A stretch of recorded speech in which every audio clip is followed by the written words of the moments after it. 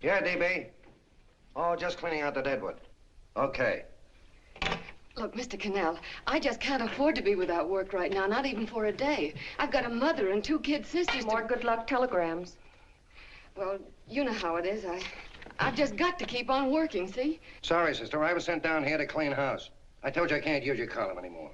It's lavender and no lace. Send those other people in. I'll tell you what I'll do. I get $30 a week. I'll take 25, 20 if necessary. I'll do anything you say. It isn't the money. We're after circulation. What we need is fireworks. People are going to hit with sledgehammers. Start arguments. Oh, I can do that. I know this town inside out. Oh, give me a chance, All please. right, come in. Cashier's got your check. Who are these people? Gibbs, Furley, Cunningham, Giles. Hey, you sister. Don't forget to get out your last column before you pick up your check.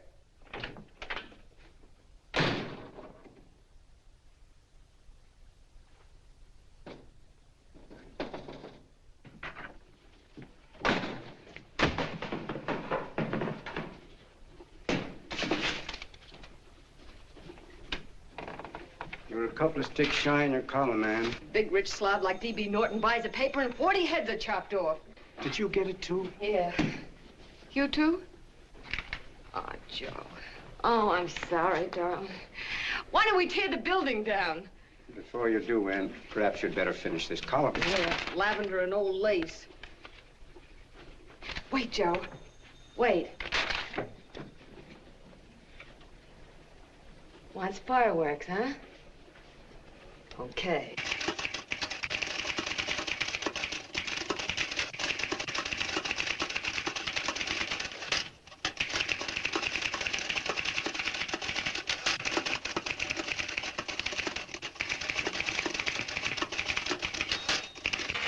Here.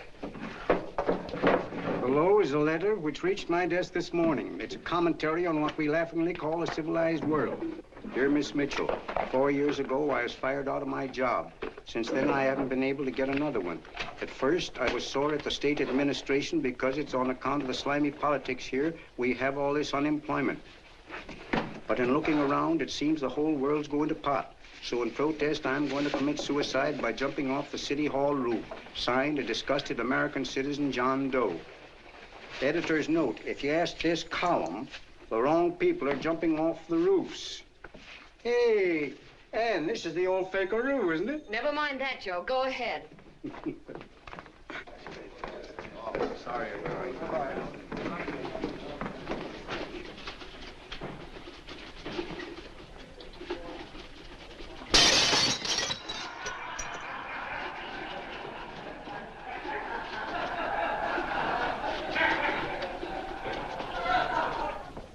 And it's because of the slimy politics that we have all this unemployment here.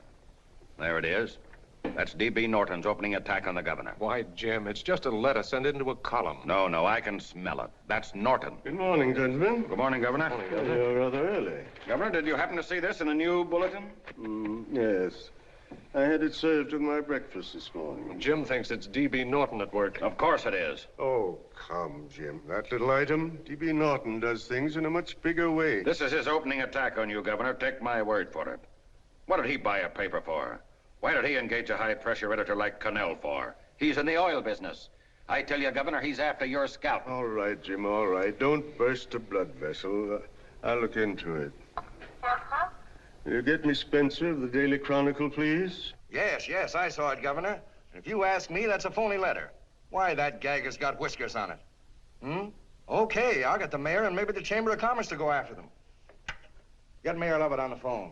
Sorry, the mayor's busy on the other phone. Yes, I know, Mrs. Brewster. It's a terrible reflection on our city. I've had a dozen calls already. Spencer of the Chronicle. Hold him. Just a minute.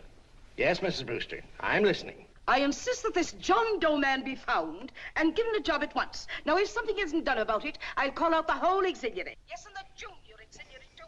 We'll hold a meeting and see that it is. Yes, Spencer? Who? The governor? Well, what about me? It's my building he's jumping off of, and I'm up for re-election, too. What are you doing? Get Cannell at the bulletin. Why, he's liable to go right past my window. Get me Cannell. What was that? What? Out the window. Something just flew by. I didn't see anything. Well, don't stand there, you idiot. Go and look. Open the window. Oh, why did he have to pick on my building? Is there a crowd in the street? No, sir. Then maybe he's caught on a ledge. Look again. I think it must have been a seagull. A seagull? What's a seagull doing around the city hall? That's a bad omen, isn't it? Oh, no, sir. The seagull is a lovely bird. It's all right, Mrs. Brewster. It was just a seagull. Can I help? Nothing's happened yet. No, I'm watching. Don't worry, Mrs. Brewster. Just leave it all to me. Spencer, I'll call you back. Hello, Canal? What are you doing? This is the mayor. Yes, Mayor Lovett. How many times are you going to call me? I've got everybody and his brother and sister out looking for him. Did you see the box I'm running? An appeal to John Doe. Think it over, John. Life can be beautiful, says Mayor. If you need a job, apply to the editor of this paper and so forth and so forth. Okay, Mayor, I'll let you know as soon as I have something. What? Well, pull down the blinds. Went up to Miss Mitchell's house, boss. Boy, she's in a bad way. Where is she? Hey, do you know something? She supports a mother and 2 kids. What do you know about that? Did you find her? No. Her mother's awful worried about her. When she left the house, she said she was going on a roaring drunk. The girl, I mean. Go out and find her. Sure. Hey, but the biggest thing I didn't tell you, her old man's Hello? Doc Mitchell. You know the doctor saved my mother's life and wouldn't take any money for it? You remember that. Okay, boss, I'll go and look for her. Holy smokes, Commissioner, you've had 24 hours. Okay, Hawkshaw, grab a pencil. Here it is again. About 5'5", brown eyes, light chestnut hair, and as fine a pair of legs as ever walked into this office. Did you want to see me? No. I've had the whole Army and Navy out searching for you because that's a game we play here every day. I remember distinctly being fired. That's right. But you have a piece of property that still belongs to this newspaper, and I'd like to have it. What's that? The letter. What letter? The letter from John Doe. Oh, The whole town's in an uproar. We've got to find him, and the letter's the only clue. there is no letter. We'll get a handwriting expert to... What? There is no letter. Say that again. There's no letter. I made it up. You made it up. Mm-hmm. You said you wanted fireworks. Don't you know there are 9 jobs waiting for this guy? 22 families want to board him free. 5 women want to marry him, and the mayor's practically ready to adopt him, and you... Just call the morgue, boss. He said there's a girl there. Shut up. Ann, say, why didn't you... Laney. Only one thing to do, Hank. Drop the whole business quickly. How? Run a story. Say John Doe was in here and is sorry he wrote the letter and... That's right. They've got it, sure. He came in here, and I made him change his mind. Bulletin editor saves John Doe's life. Why, it's perfect. I'll have Ned write it up. Oh, Ned, I got a story I want you to... Wait a minute. Listen, you great, big, wonderful genius of a newspaper man. You came down here to shoot some life into this dying paper, didn't you? Well, the whole town's curious about John Doe, and boom, just like that, you're going to bury him. There's enough circulation in that man to start a shortage in the ink market. In what man? John Doe. What John Doe? John Doe, the one I made up. Look, genius, now look.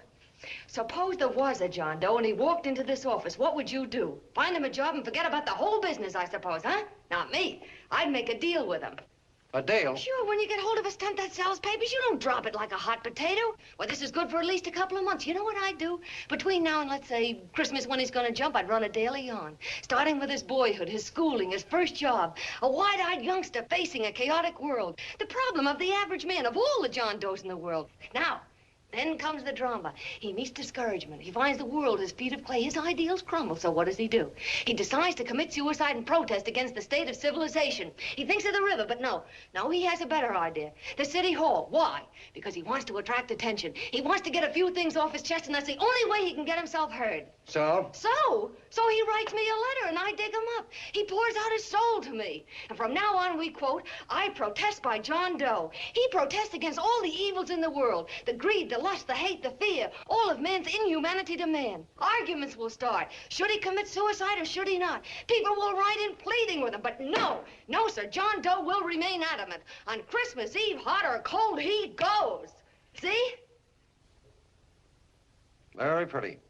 Very pretty indeed, Miss Mitchell. But would you mind telling me who goes on Christmas Eve? John Doe. What John Doe? The one we hire for the job, you lunkhead. Wait a minute. Let me get this through this lame brain of mine. Are you suggesting we go out and hire someone to say he's going to commit suicide on Christmas Eve? Is that it? Well, you're catching on. Who, for instance? Anybody. Beanie'll do. Why, sure.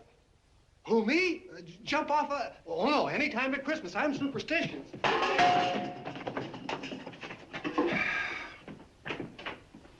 Miss Bishop, do me a favor. Will you go on out and get married and have a lot of babies, but Stay out of newspaper business. Better get that story in, Hank. It's getting late. You're supposed to be a smart guy. If it was raining $100 bills, you'd be out looking for a dime you lost someplace. Holy smokes, wasting my time listening to this mad woman. Look, Chief, look at the Chronicle. It's running on John Doe. They say it's a fake. Why, the no good, the John Doe story, amateur journalism. It's palpably phony. It's a wonder anyone is taking it serious. What do you think of those guys? That's fine. That's fine. Now fall right into their laps. Go ahead. Say John Doe walked in and called the whole thing off. You know what that's going to sound like on top of this. That's all, Ned. Thank you. All right. Amateur journalism, huh? Why, that bunch of sophomores, I can teach them more about... Hey, boss, get a load of this. What? Look. What do they want? They all say they wrote the John Doe letter. Oh, they all wrote the letter. Tell them all to wait. Look, Mr. Cannell, one of those men is your John Doe. They're desperate and will do anything for a cup of coffee. Pick one out and you can make the Chronicle eat their words. I'm beginning to like this. If you ask me, Hank, you're playing around with dynamite. No. The gal's right. We can't let the Chronicle get the laugh on us. We've got to produce a John Doe now. Amateur journalism, huh? I'll show those guys. Sure, and there's no reason for them to find out the truth either, because naturally, I won't say anything. Okay, sister, you get your job back. Plus a bonus. What bonus? Oh, the bonus of $1,000 the Chronicle was going to pay me for this little document. You'll find it says, I, Ann Mitchell, hereby certify that the John Doe letter was created by me. I can read. Sorry. You think this is worth $1,000, do you? Oh, the Chronicle would consider it dirt cheap. Packs everything, including a gun. Okay, sister, you got yourself a deal. Now let's take a look at the candidates. The one we pick has got to be the typical average man. Typical American that can keep his mouth shut. Show me an American who can keep his mouth shut and I'll eat him. Okay, Beanie, bring him in one at a time.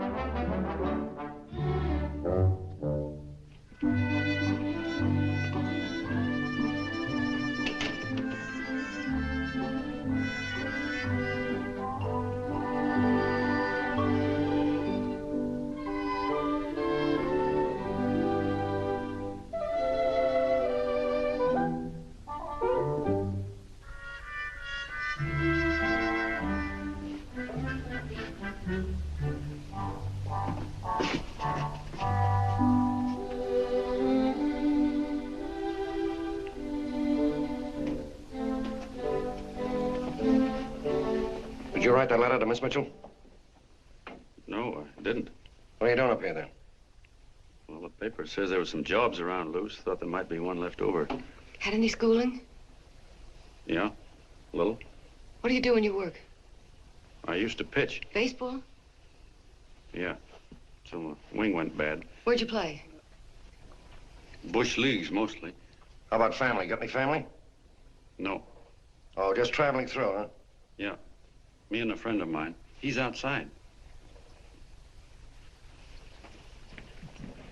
Looks all right. It's perfect, a baseball player. What could be more American? I wish he had a family, though. Be less complicated without a family. Look at that face, it's wonderful. They'll believe him. Come on. What's your name? Willoughby. John Willoughby. Long John Willoughby, they called me in baseball. Would you like to make some money? Yeah, maybe. Would you be willing to say you wrote that letter and stick by it? I get the idea. Yeah, maybe. That's our man. He's made to order. I don't know. He don't seem like the kind of a guy that'd fall in line. When you're desperate for money, you do a lot of things, Mr. Cannell. He's our man, I tell you. He's fainted. Get the water quickly. Hurry up, Pop. Oh. Right here, sit down. You all right? Yeah, I'm all right. How many is that, 6?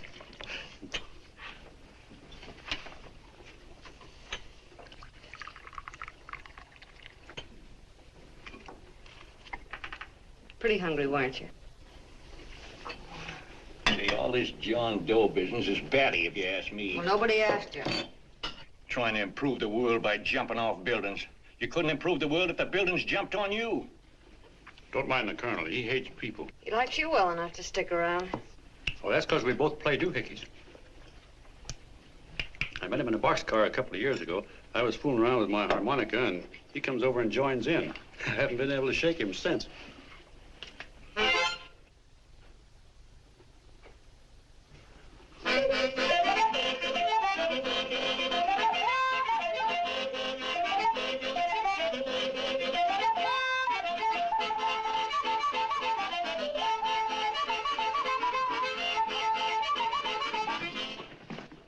Here he is. No, you can't take pictures of him like that, eating a sandwich and with a beard. But he's going to jump off a building. Yes, but not because he's out of a job. That's not news. This man's going to jump as a matter of principle. Well, maybe you're right. We'll clean him up and put him in a hotel room under bodyguards. We'll make a mystery out of him. Did you speak to Mr. Norton? Thinks it's terrific. Says for us to go the limit. Wants us to build a bonfire under every big shot in the state. Oh, swell. Is that the contract? Yeah. What's he doing here? Friend of his. They play duets together. Duets? But can we trust him? Oh. I trust him. Oh, you trusted me. Well, that's fine. I suppose he trusts you, too. Oh, stop worrying. He's all right. Okay, but we don't want more than a couple of hundred people in on this thing. Now, the first thing I want is an exact copy of the John Doe letter in your own handwriting. I've got it already. Here. No, that's fine. Now, I want you to sign this agreement. It gives us an exclusive story under your name, day by day, from now until Christmas. On December 26th, you get one railroad ticket out of town. And the bulletin agrees to pay to have your arm fixed. That's what you want, isn't it? Yeah, but it's got to be by Bonesetter Brown. Okay, Bonesetter Brown goes. Here, sign it. Meanwhile, here's $50 spending money. That's fine. Beanie? Yes, boss. Take charge of him. Get him a suite at the Imperial and hire some bodyguards. Yeah, and some new clothes, Beanie. You think we better have him to louse? Yeah. Both of them? Yes, both of them, but don't let them out of your sight. Hey, Beanie, gray suit, huh? Yeah. Okay, fellas.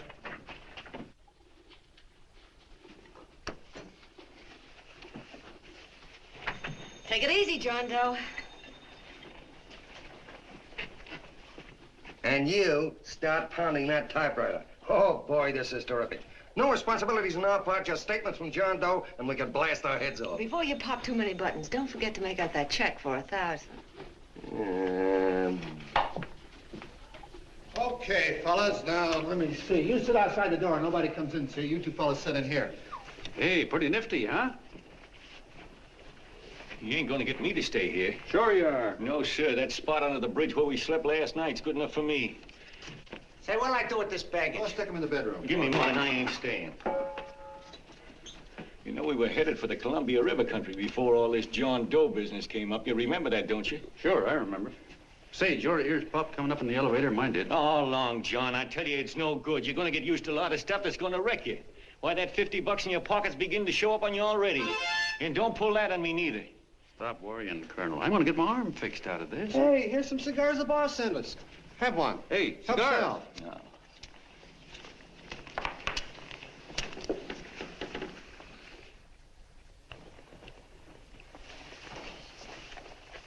Say, I'll bet you even the major leaguers don't rate an outfit like this. Here, make yourself comfortable.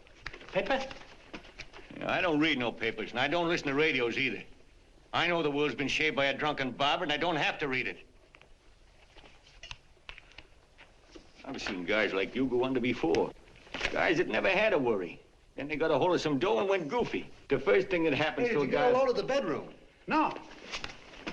The first thing that happens to a guy like that, he starts wanting to go into restaurants and sit down at a table and eat salads and cupcakes and tea. Boy, what that kind of food does to your system.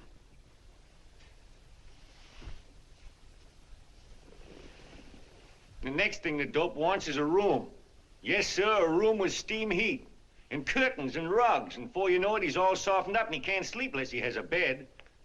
Hey, stop worrying, Colonel. $50 ain't gonna ruin me. I've seen plenty of fellas start out with $50 and wind up with a bank account. Hey, what's the matter with the bank account anyway? And let me tell you, Long John, when you become a guy with a bank account, they got you. Yes, sir, they got you. Who's got him? The helots.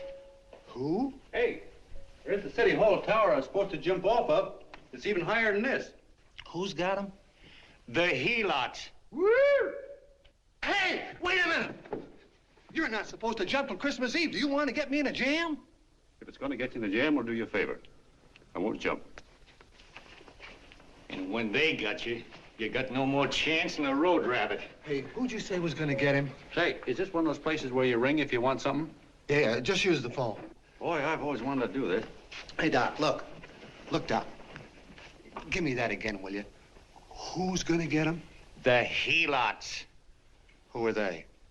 Listen, Sucky, you ever been broke? Sure, mostly often. All right. You're walking along. Not a nickel in your jeans. You're free as the wind. Nobody bothers you. Hundreds of people pass you by in every line of business. Shoes, hats, automobiles, radios, furniture, everything. And they're all nice, lovable people. And they let you alone.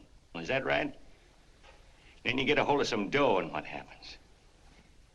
All those nice, sweet, lovable people become helots. A lot of heels. They begin creeping up on you, trying to sell you something. They get long claws, and they get a stranglehold on you. And you squirm, and you duck, and you holler, and you try to push them away, but you haven't got a chance. They got you. First thing you know, you own things. A car, for instance. Now your whole life is messed up with a lot more stuff. You get license fees, and number plates, and gas, and oil, and taxes, and insurance, and identification cards, and letters, and bills, and flat tires, and dents, and traffic tickets, and motorcycle cops, and courtrooms, and lawyers, and fines, and 1,000,001 other things. And what happens? You're not the free and happy guy you used to be. You gotta have money to pay for all those things.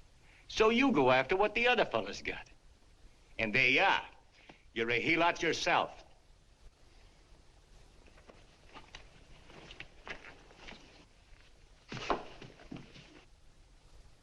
You win, Colonel. Here, take the 50.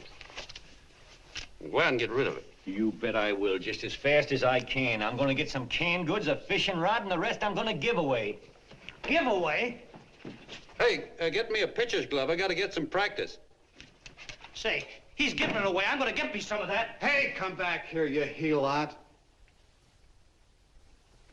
Well, you send up 5 hamburgers with all the trimmings, 5 chocolate ice cream sodas, and 5 pieces of apple pie. No, apple with cheese. Yeah, thanks.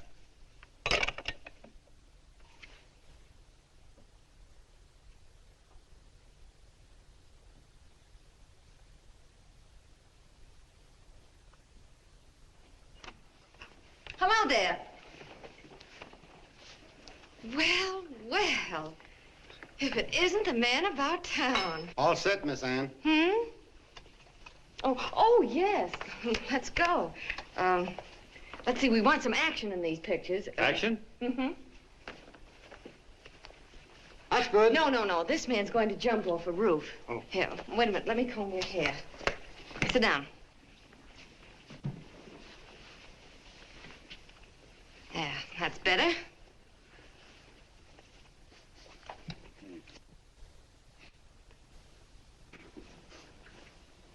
You know, he's got a nice face, hasn't he? Yeah, he's pretty. Here, sit down. Quiet, egghead. All right, now a serious expression.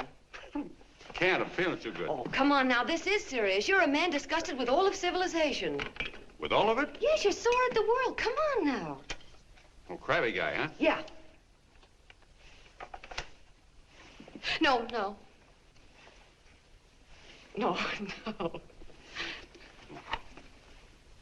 No, look. You don't have to smell the world. Well, all those guys in the Never mind those guys. All right, stand up. Now, let's see what you look like when you protest. Against what? Against anything, just protest. You got me. Oh, look, I'm the umpire, and you just cut the heart of the plate with your fast one, and I called it a ball. What would you do? Oh, you did, huh? Yeah. Why can't you call him right, you boneheaded... Grab it, Eddie, grab it!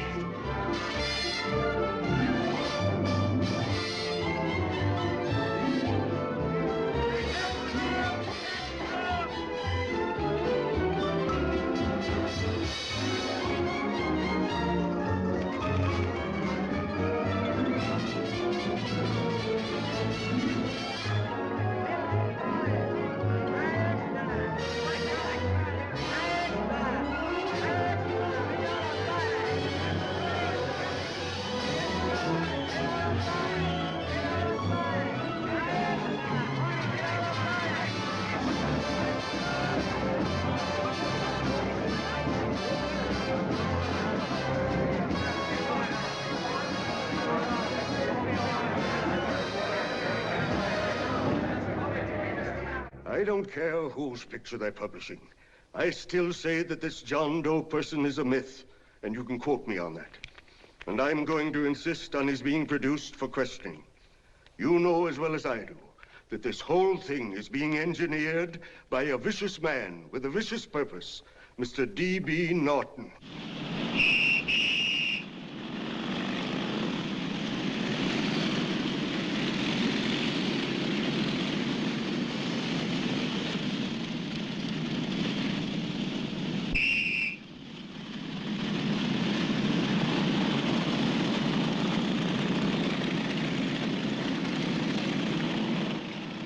And Miss Mitchell are at the house, sir. Oh, they are? All right, come on. Personally, I think it's just plain stupidity to drop it. Now, you should see his fan mail, thousands. Why, it's going over like a house afire. What are you afraid of, Canal? It's doubled our circulation. Yeah, but it's got everybody sore. Ads are being pulled. The governor's starting a libel suit. What's more, they all know John Doe's a phony, and they insist on seeing Well, what about it? Let them see him. We'll go on one better. They can also hear him. You own a radio station, Mr. Norton. Why not put him on the air? Watch out for this damn DB. She'll drive you batty. Oh, Look, we can't let him get to this Bush League pitcher and start pumping him. Good night.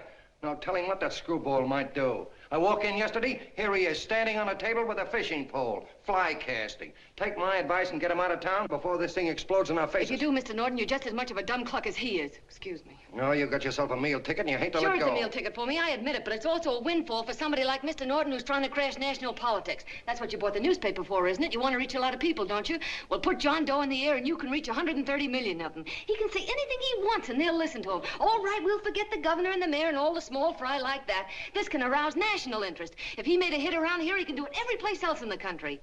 And you'll be pulling the strings, Mr. Norton. Go down to the office and arrange for some radio time. What, DB, you're not going to as fall... soon as possible. Okay. I just came in to get warm myself. Come on, let's go. Don't you go. I want to talk to you.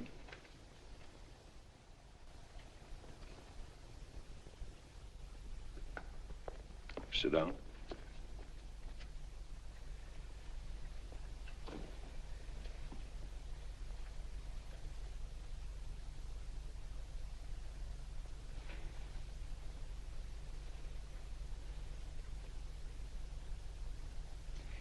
Hey, this John Doe idea was yours, huh? Yes, sir.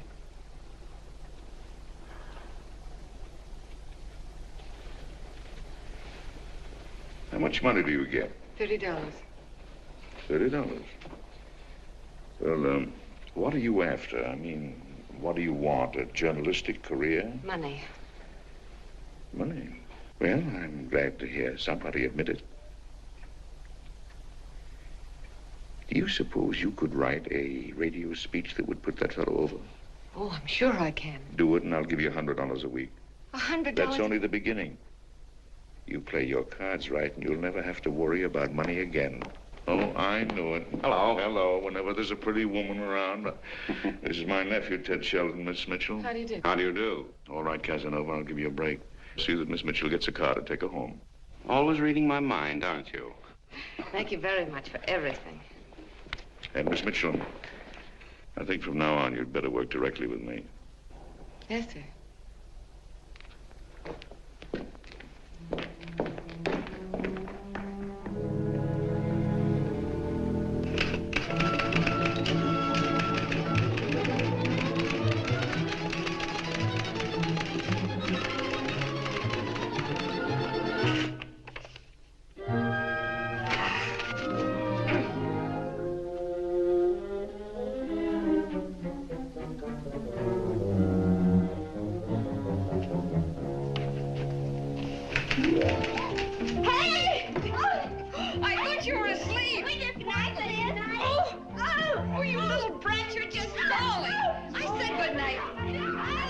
Come, children. It's past your bedtime. Come on, Mama. Come on. Now, pooch off Stay for through me. I'm done. I'll never get this speech right. Oh, yes, you will, Ann, dear. You're very clever. Yeah, I know. What are you looking for? Your purse. I need $10. What for? I gave you 50 just the other day. Yes, I know, dear, but Mrs. Burke had her baby yesterday. 9 pounds. And there wasn't a thing in the house. And then the community chest lady came. And the 50's all gone, huh? Who's the 10 for? The Websters. The Websters. You remember those lovely people your father used to take care of. I thought I'd buy them some groceries. Oh, Anne, dear, it's a shame those You're marvelous, Ma. You're just like Father used to be. Do you realize a couple of weeks ago we didn't have enough to eat ourselves? Well, yes, I know, dear, but these people are in such need. And we have plenty now. If you're thinking of that $1,000, forget it. It's practically all gone. We owed everybody in town. Now, you just gotta stop giving all your money away. Oh, Anne, dear. Oh, I'm sorry, Ma. Oh, don't pay any attention to me. I guess I'm just upset about all this. Gee whiz, here I am with a great opportunity to get somewhere, to give us security for once in our lives, and I'm stuck. If I could put this over, your Mrs. Burke can have 6 babies. You mean this speech you're writing? Yeah, I don't know. I simply can't get it to gel. I created somebody who's going to give up his life for a principle. Hundreds of thousands of people are going to listen to him over the radio. And unless he says something that's sensational, it's just no good. Well, honey, of course, I don't know what kind of a speech you're trying to write, but judging from the samples I've read, I don't think anybody will listen. What? Darling, there's so many complaining political speeches. People are tired of hearing nothing but doom and despair on the radio. If you're going to have him say anything, why don't you let him say something simple and real, something with hope in it? If your father were alive, he'd know what to say. Oh, yeah. Father certainly would. Wait a minute.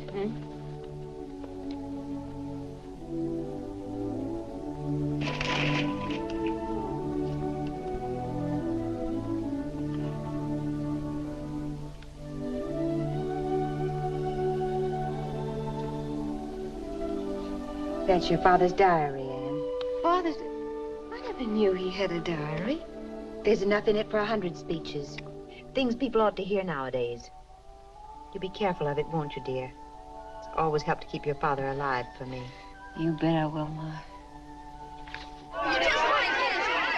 Wait a minute. John Doe don't want to sign no autographs. Well, what does he do all day? What does he do all day? He's writing out his memories. Sorry, lady, you can't see Mr. Doe. He wants to be alone.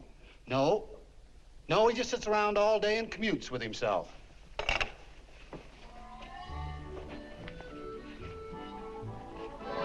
Oh!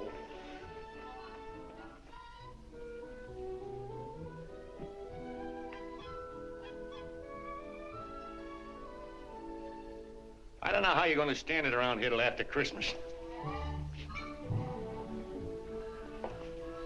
I'll bet you ain't heard a train whistle in 2 weeks.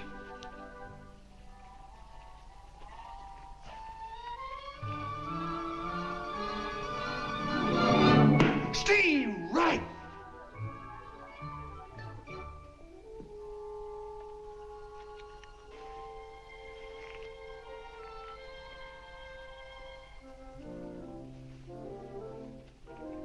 I know why you're hanging around.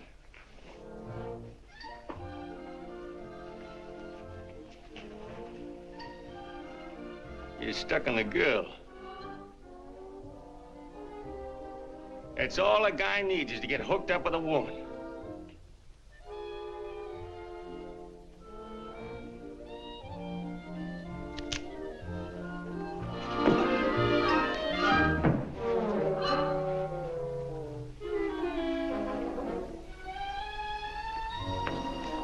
What was that, a single?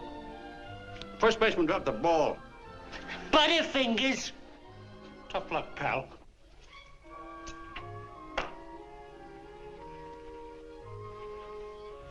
Guy has a woman on his hands. First thing he knows, his life is balled up with a lot more things. Furniture and...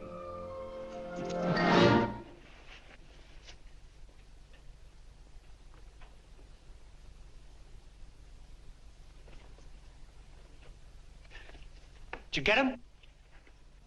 You're out. Swell. What's this, the end of the 8th? 9th.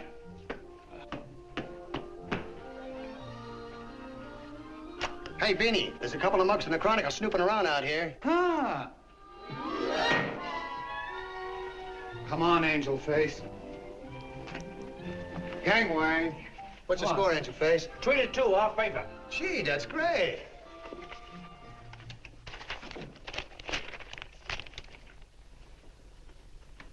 Hey, you got swell form there. Must have been a pretty good pitcher. Pretty good. Say, I was just about ready for the major leagues when I chipped a bone in my elbow.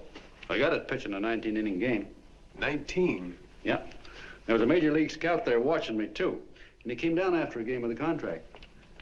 You know what? I couldn't lift my arm to sign it. I'll be okay, though, as soon as I get it fixed up. It's too bad. What do you mean, too bad? Huh? Oh, that you'll never be able to play again. What are you talking about? I just told you I was going to get... Well, you know how they are in baseball if a guy's mixed up in a racket. Racket? What do you mean? Well, I was just thinking about this John Doe business. Why, as soon as it comes out it's all a fake, you'll be washed up in baseball, won't you? Yeah. Hey, doggone. I never thought about that.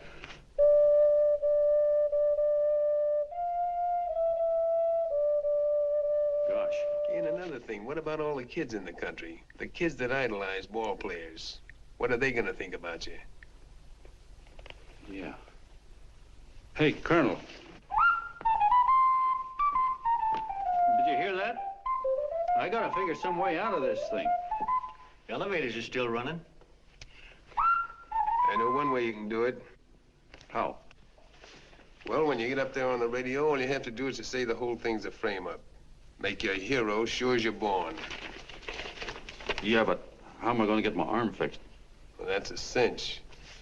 I know somebody that'll give you $5,000 just to get up on the radio and tell the truth. $5,000? Yeah, $5,000, and he gets it right away. You don't have to wait till Christmas. Look out, Long John. They're closing in on you. Say, who's putting up this dough? Fellow runs the Chronicle. Here's the speech you make, and it's all written out for you. $5,000. Holy mackerel, I can see the helots coming, the whole army of them. It's on the level.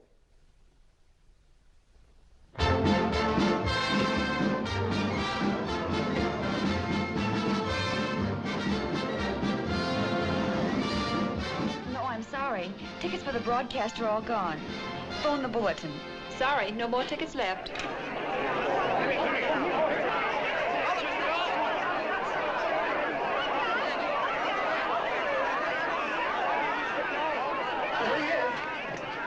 Hello, John. All set for the big night? Swell. Turn around. One moment. Now stand still. Hold it, Mr. Doe. Hold it. Big smile, Mr. Doe. That's right. Okay, Beanie, that's All right, all. Take stand him here. out. Come on, Now, look, John, here's the speech. It's in caps and double-spaced. You won't have any trouble reading it. Not nervous, are you? No. Of course not. He wouldn't be. Who? John Doe, the one in there. Hey, don't let your knees rattle. It picks up on the mic. Oh, Beanie, you needn't be nervous, John. All you have to remember is to be sincere. Pick up that phone, Miss Mitchell. It's for you. Okay. Hello? Yes, Mother.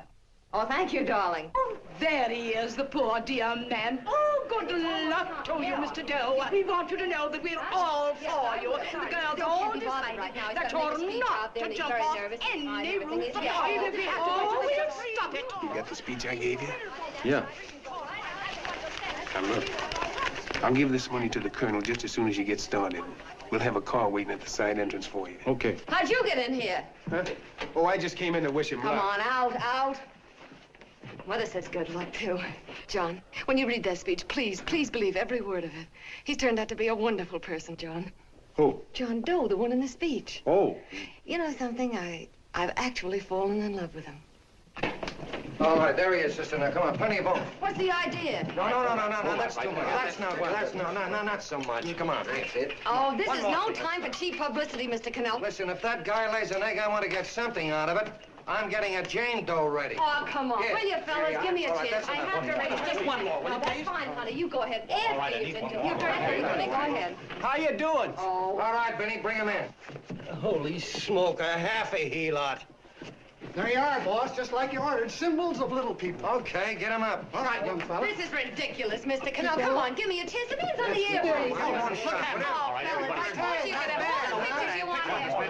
No, come on, ask. You can have a... Come on, that's right. Afterwards, you can get all the pictures you want. Thank you very much. Come on, will you? Afterwards, that's right. Come on, Snooks, you better bail out. Okay, goodbye, Mr. Doe. Beanie. All right. Better get ready. 1 minute to go. Wow, 1 minute to go and the score is nothing to nothing. Now, please, John, you won't let me down, will you? Will you? Of course you won't. If you'll just think of yourself as the real John Doe. Listen, everything in that speech are things a certain man believed in. He was my father, John. And when he talked, people listened. And they listened to you, too. Funny. You know what my mother said the other night? She said to look into your eyes, that I'd see Father there. Hey, what do you say? Okay, we're coming. Come on. Now, listen, John, you're a pitcher. Now get in there and pitch. Good luck. Give him room, let him through. Come on.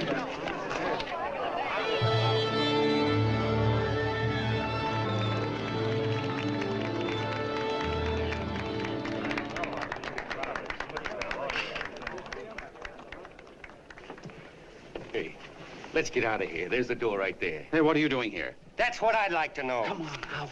Hey, he's a friend of mine. Never mind, let him alone. He's all right. I'll be right over there pulling for you. No, John, over here.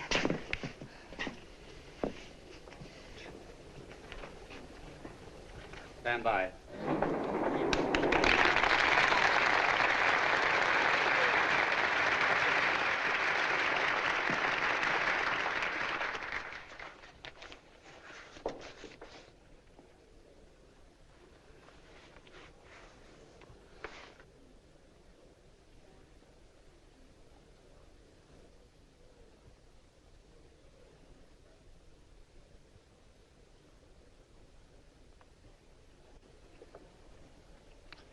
Phone the Chronicle. Tell them to start getting those extras out.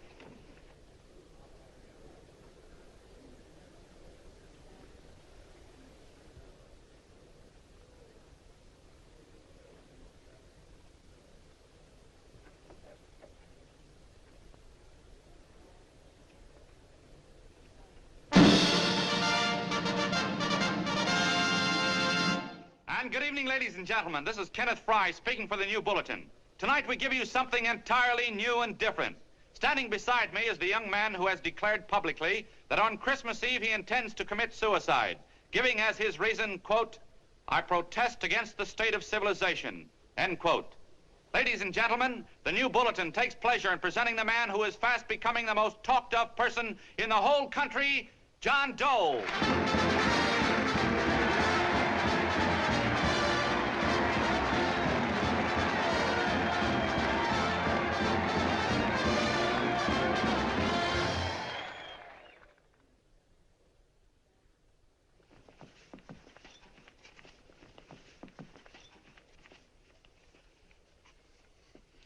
Ladies and gentlemen, I am the man you all know as John Doe. I took that name because it seems to describe the average man. And that's me. And that's me. Well, it was me before I said I was going to jump off the City Hall roof at midnight on Christmas Eve. Now, I guess I'm not average anymore. Now I'm getting all sorts of attention. From big shots, too. We've been double-crossed. The mayor and the governor, for instance. They don't like those articles I've been writing. You're an imposter, young fellow. That's a pack of lies you're telling. Who wrote that speech for you? Benny, get that gun. Hey, kid.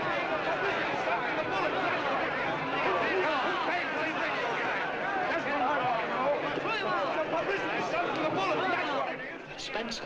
Ladies and gentlemen, the disturbance you just heard was caused by someone in the audience who tried to heckle Mr. Doe. The speech will continue.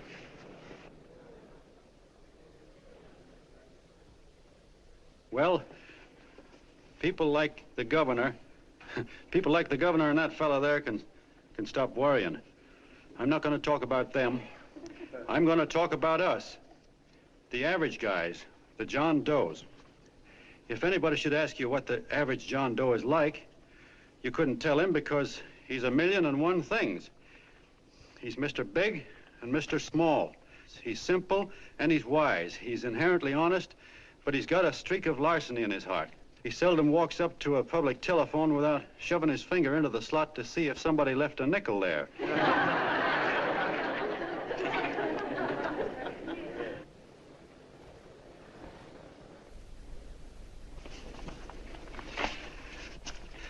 He's the man the ads are written for. He's the feller everybody sells things to. He's Joe Dokes, the world's greatest stooge and the world's greatest strength.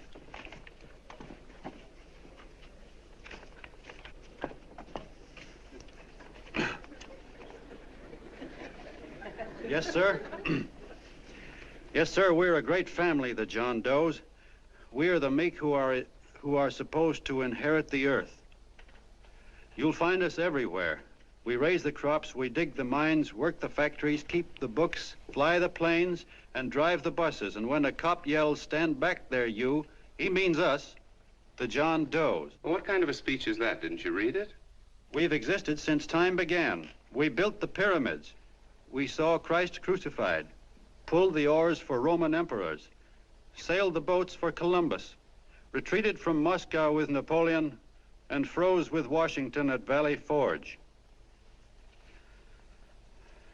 Yes, sir. We've been in there dodging left hooks since before history began to walk. In our struggle for freedom, we've hit the canvas many a time, but we always bounce back because we're the people, and we're tough.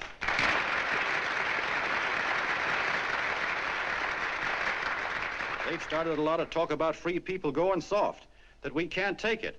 That's a lot of hooey. A free people can beat the world at anything, from war to tiddlywinks, if we all pull in the same direction.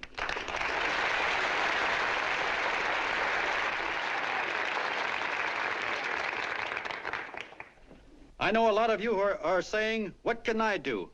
I'm just a little punk. I don't count." Well, you're dead wrong. The little punks have always counted, because in the long run, the character of a country is the sum total of the character of its little punks.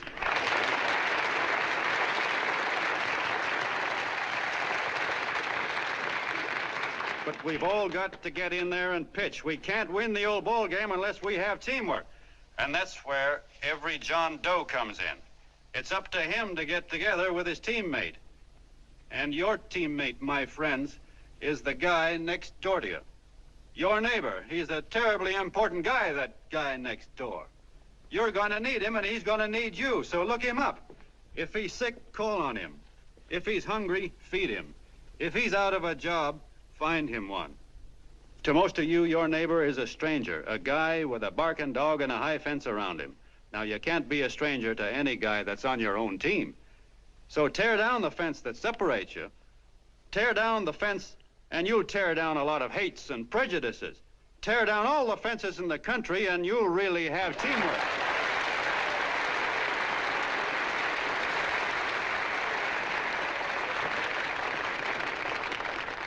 I know a lot of you are saying to yourselves, "He's asking for a miracle to happen. He's expecting people to change all of a sudden." Well, you're wrong. It's no miracle. It's no miracle because I see it happen once every year, and so do you, at Christmas time. There's something swell about the spirit of Christmas, to see what it does to people, all kinds of people. Now, why can't that spirit, that same warm Christmas spirit, last the whole year round? Gosh, if it ever did, if each and every John Doe would make that spirit last 365 days out of the year, we'd develop such a strength, we'd create such a tidal wave of goodwill that no human force could stand against it. Yes, sir, my friends, the meek can only inherit the earth when the John Does start loving their neighbors. You better start right now. Don't wait till the game is called on account of darkness. Wake up, John Doe. You're the hope of the world.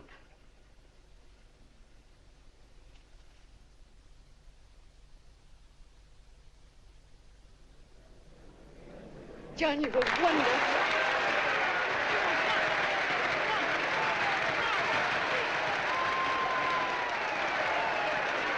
Let's get out of here. Now you're talking.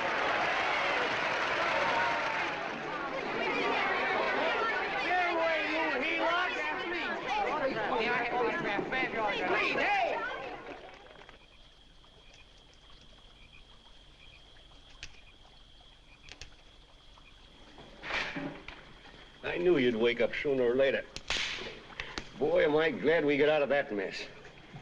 I had the $5,000 sewed up. Could have been on my way to old Doc Brown.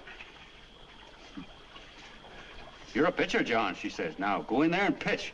What a sucker. Yeah, she's a heel-out just like the rest of them. It's lucky you got away from her. What was I doing up there making a speech anyway? Me, huh? Geez, the more I think about it, the more I could... Tear down all the fences. Why, if you tore one picket off of your neighbor's fence, he'd sue you. $5,000 had it right in my hand. What do you mean he ran away? Well, go after him, find him. That man is terrific.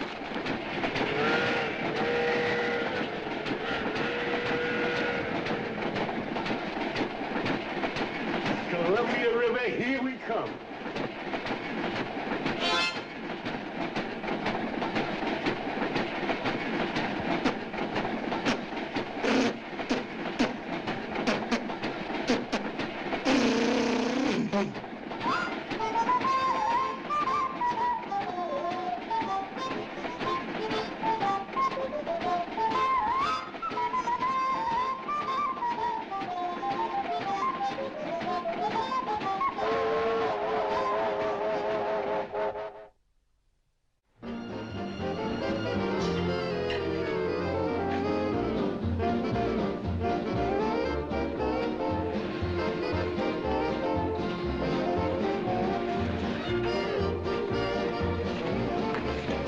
Jitterbugs. Yeah. Say, how much money we got left? 4 bits. Better make it donuts, huh? Yeah.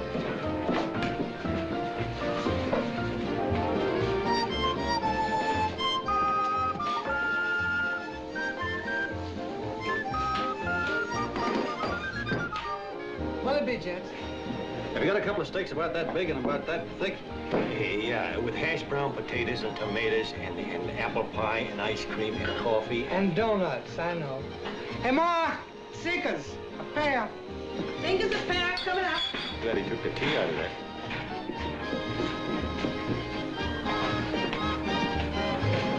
Hey, look. Join the John Doe Club. John Doe Club.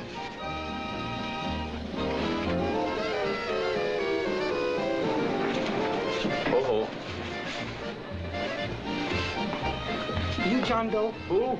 John Doe. Ah, you need glasses, buddy. Oh, but gee, it's a spitting image of John Doe. Yeah, but his name is Willoughby. Oh, I'm John Willoughby. I'm a baseball player. Sure. Oh, no, I'd know that voice anyway. You can't kid me. You John Doe. Hey, Ma! Ma! That's John Doe. John Doe. Yeah, sitting right there, big as life. Who'd you say it was? John Doe, the big guy there. I know. Pictures in the paper. That's John guy. John Doe. John Doe. Sitting right there, John Doe. Hey, operator. Dan's Beanery. Look, call everybody in town. John Doe was just in my place. Yeah, he ordered donuts.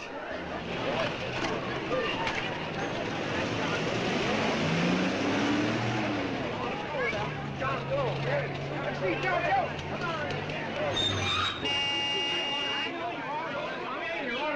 John Doe, we're all neighbors. And my office is packed like a sardine box. What does John Doe look like, Mr. Mayor? Oh, he's one of those great big outdoor type men. No, you can't see him. You didn't vote for me the last time. Shame on you. What are you doing there? Get off my front porch anyhow. Mr. Norton come yet? Oh, well, I wonder where he's at. What's keeping him? He should have been here 15 minutes ago. Oh, there he comes now. Now, everybody on your dignity. Don't do anything to disgrace us. A little town, but we got to show off. Better let me talk to him. All right, but present it to him as a great cause for the common man. Ah, here he comes. Now, give him room down there. Give him room, folks. Come on now. Come on. Here he comes. Here he comes. Here's Mr. Norton. How do you do, Mr. Norton? I'm Mayor Hawkins. Here's Mr. Norton. Let me go, you darn fool. I'm the mayor. Mr. Norton. Mr. Norton. Mr. Norton. I'm Mayor Hawkins. Your office telephoned me to hold him. Well, that's fine. How is he? Oh, he's fine. He's right in my office there. You know, it's a great honor having John Doe here, and you too. Haven't had so much excitement since the old City Hall burned down.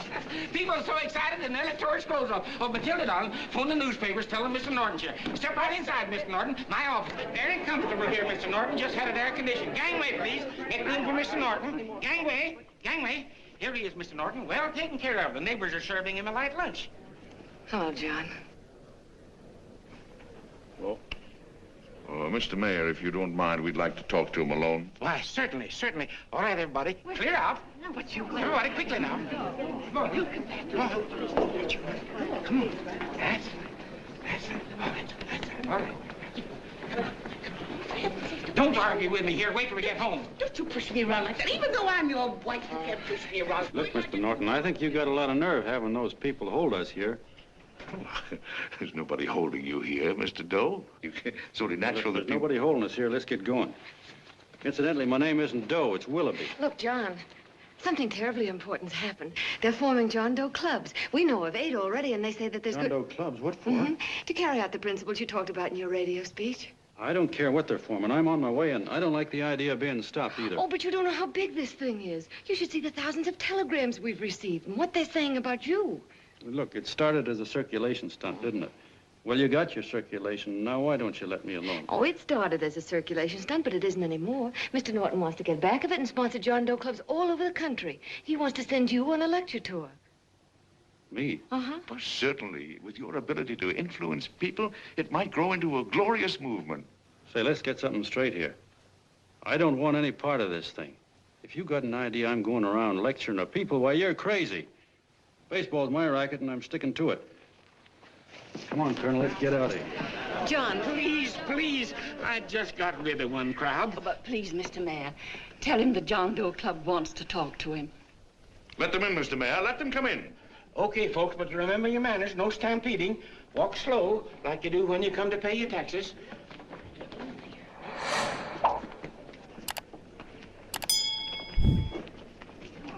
Okay. All right, give me a chance. Come right in. My name's Bert Hansen, Mr. Doe. I'm the head soda jerker at Schwabacker's drugstore. Well, sir, you see, me and my wife, we heard your broadcast, and we got quite a bang out of it. Especially my wife.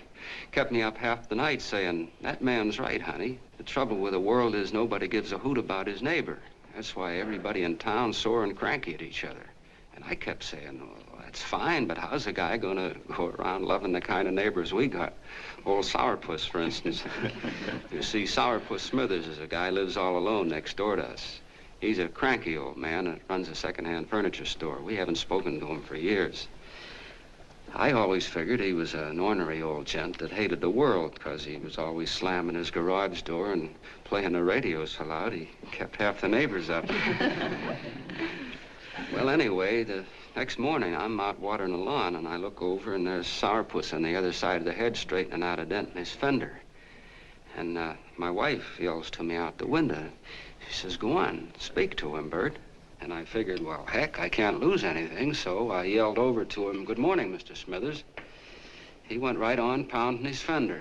Was I burned? So I turned around to give my wife a dirty look, and she said, louder, louder, he didn't hear you. So in a voice you could have heard in the next county, I yelled, good morning, Mr. Smithers. Well, sir, you could have knocked me over with a feather. Old Sourpuss turned around, surprised-like, and he put on a big smile, came over and took my hand like an old lodge brother, and he said, good morning, Hanson. I've been wanting to talk to you for years, only I thought you didn't like me. And then he started chatting away like a happy little kid, and he got so excited his eyes all... Well, Mr. Doe, before we got through, I found out Smithers is a swell egg, only he's pretty deaf, and that accounts for all the noises. And he says it's a shame how little we know about our neighbors. And then he got an idea. And he said, how's about inviting everybody someplace where we can all get together and know each other a little better? Well, I'm feeling so good by this time, I'm ripe for anything. So Smithers goes around the neighborhood inviting everybody to a meeting at the schoolhouse. And I tell everybody that comes in the store, including Mr. Schwabacker, my boss. I'm talking too much. Well, I'll be doggone if over 40 people don't show up. Of course, none of us knew what to do, but we sure got a kick out of seeing how glad everybody was just to say hello to one another. Tell him about making Sourpuss chairman. Oh, yeah, we made Sourpuss chairman and decided to call ourselves the John Doe Club. And say, incidentally, this is my wife. Come here, honey. This is my wife, Mr. Doe. How do you do, Mr. Doe? Sourpuss is here, too. Oh, is he?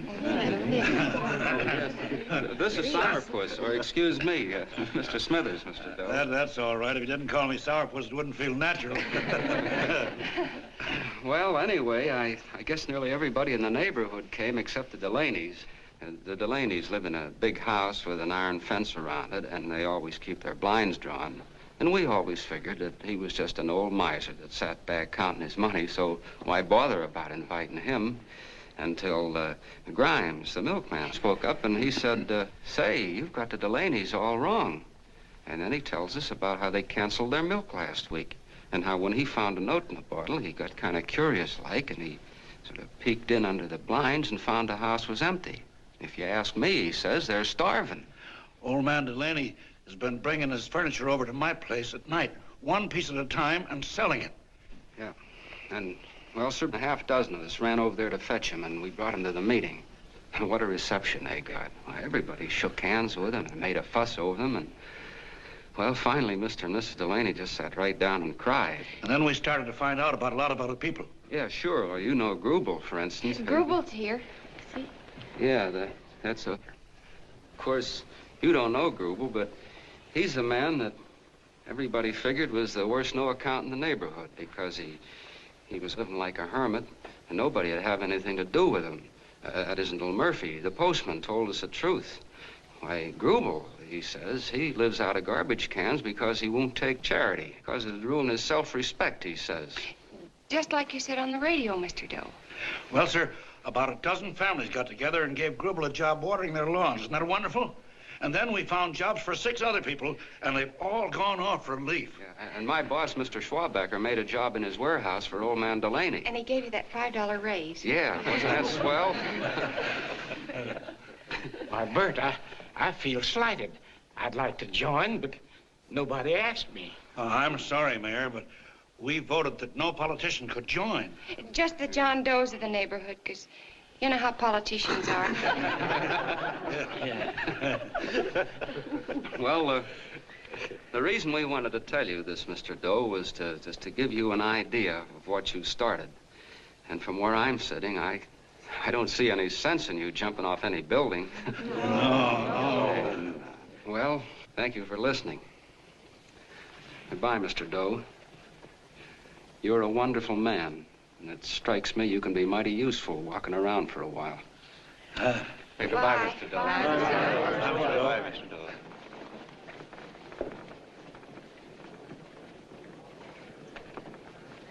I'm Mrs. Delaney, Mr. Doe. And God bless you, my boy.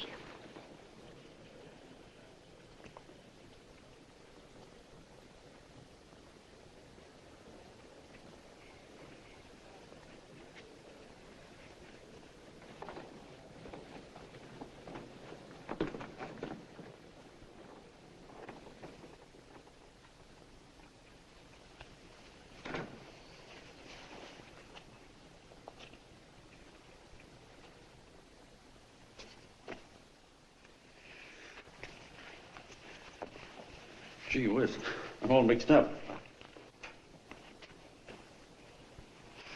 I don't get it. Look, all those swell people think I'm going to jump off a building or something. I never had any such idea. Gosh. The fellow'd have to be a mighty fine example himself to go around telling other people how to... Say, look, what happened the other night was on account of Miss Mitchell here. She wrote the stuff. Don't you see what a wonderful thing this can be? But we need you, John. You're hooked. I can see that right now. They got you. Well, I'm through. For 3 years, I've been trying to get you up to the Columbia River country. First, it was your glass arm. Then it was the radio. And now it's the John Doe clubs. Well, I ain't waiting another minute. Gangway, you helots. Hey, Colonel, wait a minute. Oh, please. Hey, Colonel! I want you personally to go along with John Doe and Miss Mitchell and handle the press and the radio. Me? Yes, I don't want to take any chances. And Johnson. Yes, Stevie? Your crew will do the mop-up job. They'll follow John Doe into every town, see that the clubs are properly organized and the charters issued. Right. There are only 8 flags up there now. I want to see that map covered before we get through.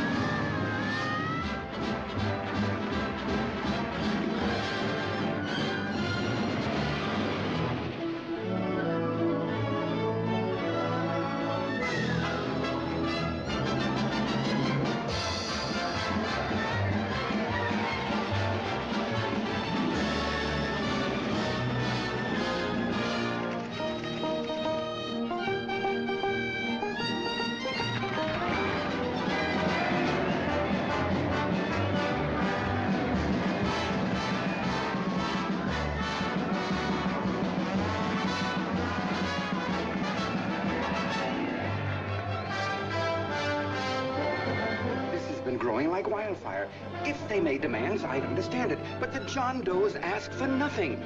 People are going off relief. If this keeps up, I'll be out of a job. As soon as it gets strong enough, we'll find out what John Doe wants. 30 every Thursday, 60 at 60. Who knows what? I'm sorry, boss. They just won't let anybody talk politics to them. It's crazy. We've got to get to them. They represent millions of voters.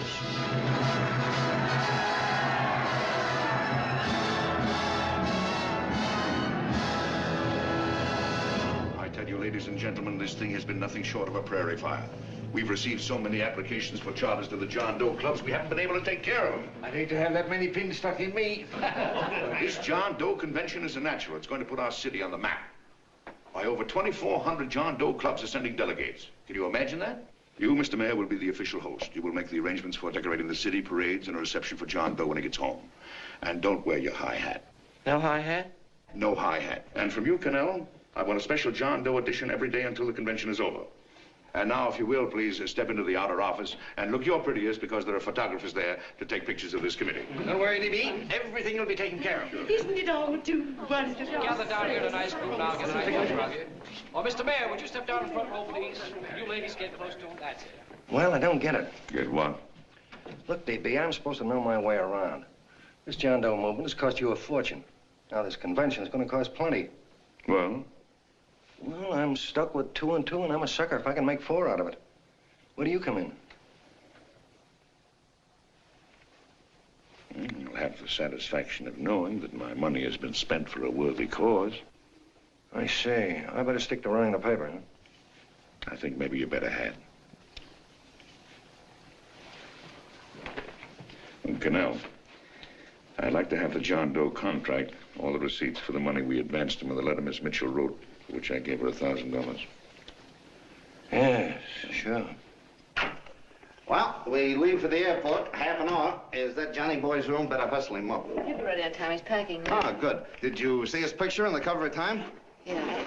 I gotta give you credit, Annie girl. I've handled a good many big promotions in my time. Everything from a World's Fair to a channel swimmer. But this one has certainly got me spinning. And now a John Doe convention. Wow.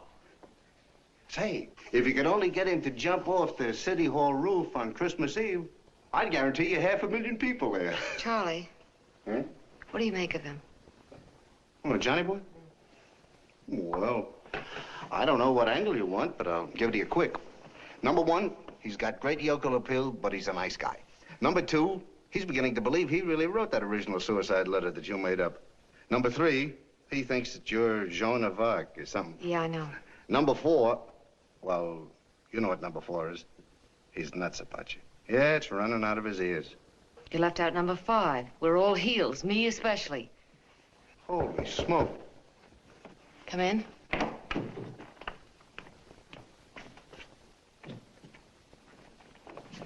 I'm all packed. Good. I'll go and get Beanie Boy. Okay, Charlie boy.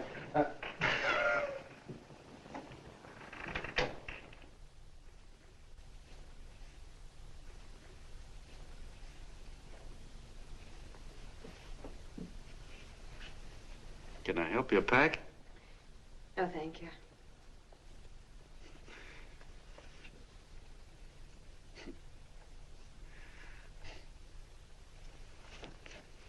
Do you care if I sit down out here? No.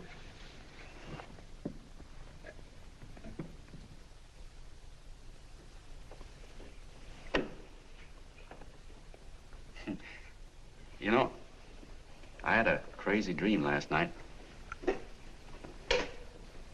It was about you. About me?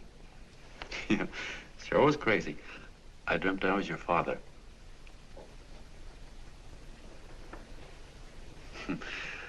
There was something I was trying to stop you from doing. So I got up out of bed and I walked right through the wall here, right straight into your room. You know how dreams are. And there you were in bed. But you're a little girl, you know, about 10. And very pretty, too. So I shook you, and the moment you opened your eyes, you hopped out of bed and started running like the devil in your nightgown. You ran right out the window there, and you ran out over the tops of buildings and roofs and everything for miles. And I was chasing you. And all the time you were running, you kept growing bigger and bigger and bigger, and pretty soon you were as big as you are now, you know, grown up. And all the time I kept asking myself, what am I chasing her for? And I didn't know. Isn't that a hot one? Well, anyway, you ran into some place, and then I ran in after you, and when I got there, there you were, getting married. And the nightgown had changed into a beautiful wedding gown. You sure look pretty, too. And then I knew what it was I was trying to stop you from doing. Dreams are sure crazy, aren't they? Well, would you like to know who it was you were marrying? Oh, a tall, handsome Ubangi, I suppose. No, not that bad. It was that fellow that sends you flowers every day. What's his name? Mr. Norton's nephew? Had children. Yeah, that's the one. But here's the funniest part of it all. I was the fellow up there doing the marrying, you know, the justice of peace or something. You were? I thought you were chasing me. Well, yes, I was, but I was your father then, you see. But the real me, John Doe, or that is, Long John Willoughby, I was the fellow up there with the book. You know what I mean? I guess so. Then what happened? Well, I took you across my knee and I started spanking you. That is, I didn't do it. I mean, I did do it, but it wasn't me, you see. I was your father then. Well, I held you across my knee and I said, Annie, I won't allow you to marry a man that's just rich or that has his secretary send you flowers. The man you marry has got to swim rivers for you. He's got to climb high mountains for you. He's got to slay dragons for you. He's got to perform wonderful deeds for you. Yes, sir. And all the time, the guy up there, you know, with the book, me, just stood there nodding his head. He said, go to it, Pop. Whack her one from me, because that's just the way I feel about it, too. So he said, come on down here and whack her yourself. So I came down and I whacked you a good one, see? Then he whacked you, and I whacked you another one, and we both started whacking you like... Well, if you're through whacking her, come on, let's get going. Okay, fellas, right in here. You go out the side entrance with a bunch of autograph seekers out front. We'll be down with the bags in a minute. Come on, don't make a government project out of this. Yeah, that's true. Oh, somebody else sitting here? No, that's your seat. And this is your coat. Mine? A little token of appreciation. Oh, it's beautiful, D.B. Well, I don't quite know what to say. Well, don't say anything at all. Just sit down. Oh. Go ahead, open it. Oh. Oh, it's lovely. And a new contract goes with it. Well, come on, spring it. You've got something on your mind. It must be stupendous. You know, that's what I like about it. Right to the point, like that. All right, Practical Annie, here it is. Tomorrow night, before a crowd of 15,000 people and talking over a nationwide radio hookup, John Doe will announce the formation of a third party. A third party? Yes, the John Doe Party. Devoted entirely to the interests of all the John Does all over the country, which practically means 90% of the voters. He will also announce the third party's candidate for the presidency, a man whom he personally recommends, a great humanitarian, the best friend the John Does have. Mr. D.B. Norton. Yes.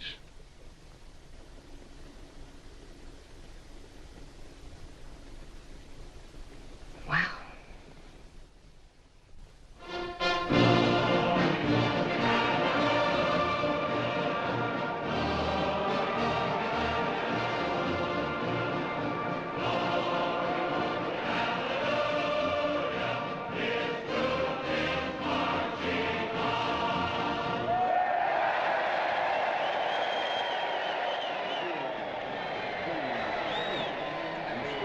And although the opening of the convention is hours off, the delegates are already pouring into the ballpark by the droves, with lunch baskets, banners, and petitions asking John Doe not to jump off any roof. No matter how you look at it, it's still a phenomenal movement. These John Does, or the hoi polloi, as you've heard people call them, have been laughed at and ridiculed, but here they are, gay and happy, having traveled thousands of miles, their expenses paid by their neighbors, to come here to pay homage to their hero, John Doe. And in these days of wars and bombings, it's a hopeful sign that a simple idea like this can sweep the country. An idea based on friendliness, on giving and not taking, on helping your neighbor and asking nothing in return.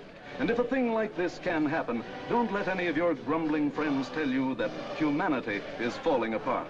This is John B. Hughes, signing off now and returning you to our main studio until 9 o'clock, when the convention will officially open. Oh, John, come in. Say, I'm kind of... It's raining out a little. That's all right. It's good to see you. Sit down. Thanks.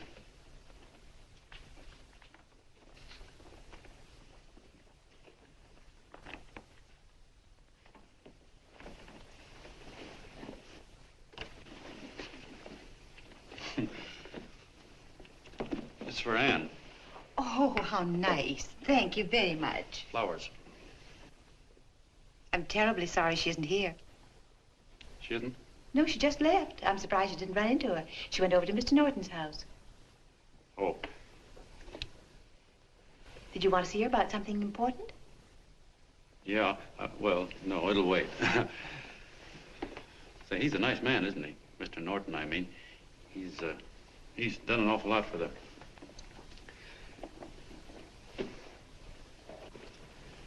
Well, say, my coat's pretty wet. I'm afraid I might have wet the couch a little.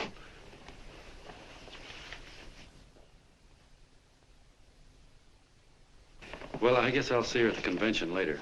Yes, of course. I'll see that she gets the flowers. Thanks. Good night, Mrs. Mitchell. Good night, John.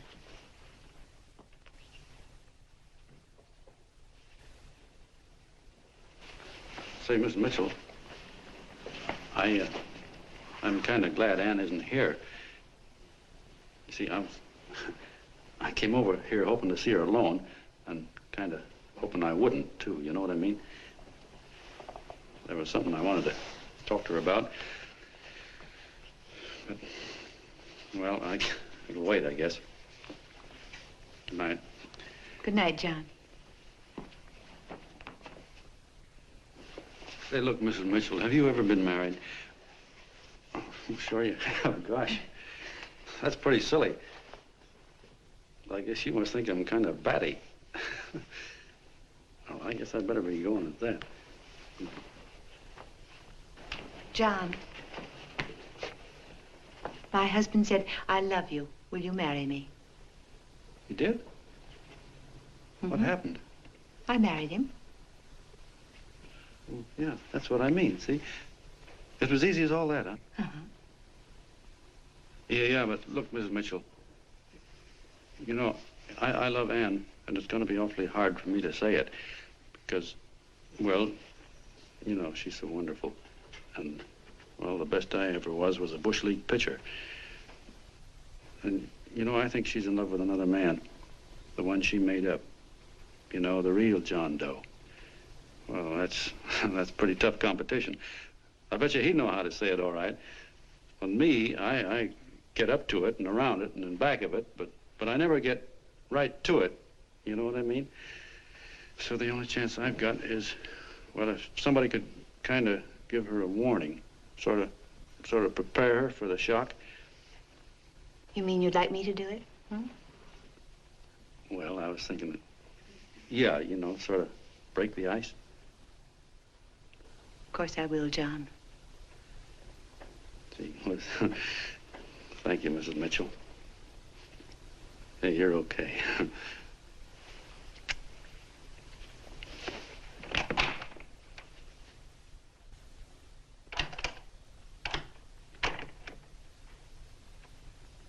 This John Doe meeting is going to be one of the biggest things that ever happened. Why, they're coming from all over. Trains, boxcars, wagons. Look out! Hello, bodyguards. Hey, had your dinner yet? Not yet. Oh, that's all right. Well, look, no, go ahead and have your dinner. Wait a minute, John.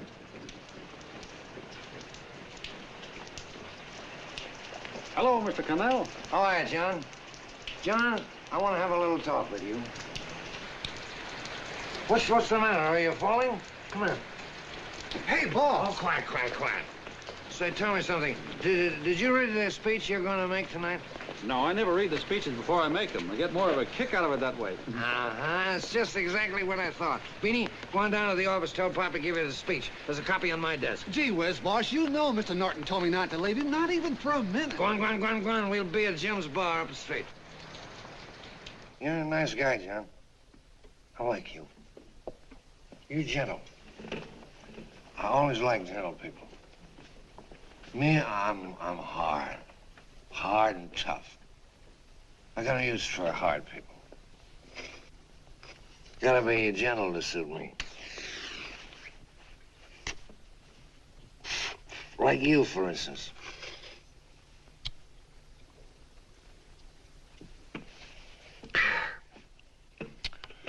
Yep, I'm hard.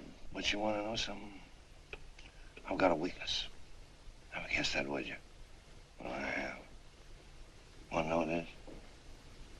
Star-Spangled Banner. Screw you, huh? Well, maybe it is, but play the Star-Spangled Banner.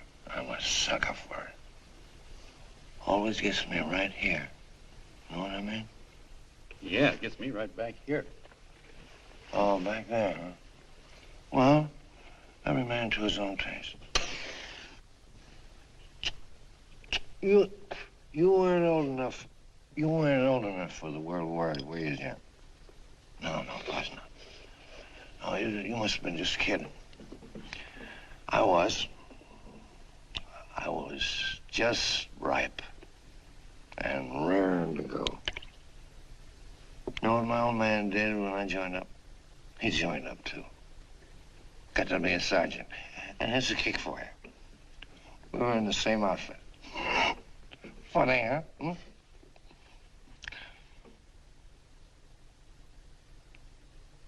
He was killed, John. I saw him get it. I was right there, and I saw it with my own eyes.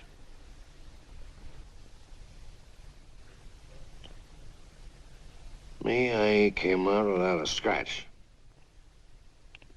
That is, excepting my ulcers.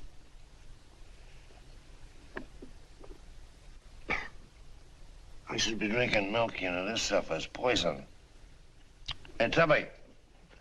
Yes, Mr. Cannell? What do you say, huh? All right. Yep, I'm a sucker for this country. I'm a sucker for the Star-Spangled Banner, and I'm a sucker for this country. I like what we got here. I like it. A guy can say what he wants and do what he wants without having a bayonet shoved through his belly. And that's all right, isn't it? You betcha. Yeah. Well, we don't want anybody coming around changing that, do we? No, sir. No, sir. And when they do, I get mad. I get boiling mad. And right now, John, I'm sizzling. I get mad for a lot of other guys besides myself. I get mad for a guy named Washington. And a guy named Jefferson. And Lincoln. Lighthouses, John. Lighthouses in a foggy world. You know what I mean? Yeah, you bet. Listen, pal. This fifth column stuff is pretty rotten, isn't it? Yeah, it certainly is. And you'd feel like an awful sucker if you found yourself marching right in the middle of it, wouldn't you? You. Of course, you wouldn't know it because you're gentle. But that's what you're doing. You're mixed up with a skunk, my boy. A no-good, dangerous skunk. Say, you're not talking about Mr. Norton, are you? I'm not talking about his grandfather's pet poodle. You must be wrong, Mr. Cannell. Because he's been marvelous about the John Doe clubs. Yeah? Say, you're sold on this John Doe idea, aren't you? Sure. Sure. I don't blame you. So am I. It's a beautiful miracle. A miracle that can only happen right here in the good old USA. And I think it's terrific. What do you think of that? Me, hard-boiled Canal, and I think it's plenty terrific. All right. Now, supposing a certain unmentionable worm whose initials are DB was trying to use that to shove his way into the White House so he could put the screws on, so he could turn out the lights in those lighthouses. What would you say about that, huh? Nobody's going to do that, Mr. Canal. They can't use the John Doe clubs for politics. That's the main idea. Is that so? Then what's a big political boss like Hammett doing in town? And a labor leader like Bennett? And a lot of other big shots are up at DB's house right now. Wolves, John. Wolves. Waiting to cut up the John Does. Wait till you get a gander at the speech you're gonna make tonight. You're all wet. Miss Mitchell writes those speeches. Nobody can make her write that kind of stuff. They can't, huh? Who do you think writes them? My Aunt Emma? I know she writes them. And gets a big bonus for doing them, too. A mink coat and a diamond bracelet. Don't write them. Why, that gold-grabbing dame would double-cross her own mother for a handful of Chinese yams. Shut up. If you weren't drunk, I'd... Hey, boss. Here's the speech, boss. Hey. Go on and read it, John, and then start sucking. Hey, wait a minute, Mr. Doe. Tubby? Yes, sir. Better bring me a glass of milk. I'm smoking too much. Yes, Charlie? Got everything all set? Fine. John Doe been taken care of? Good. How many people do you think will be there? 15,000? Oh, my, that's fine. Now, listen, Charlie. As soon as John Doe stops talking about me, I want you to start that demonstration. And make it a big one, you understand? Don't worry about that, DB. My boys are there. They'll take care of it. What? Yes, I'll be there 15 minutes after I get your call. Why, Mr. Doe. Where are they? In the dining room, sir.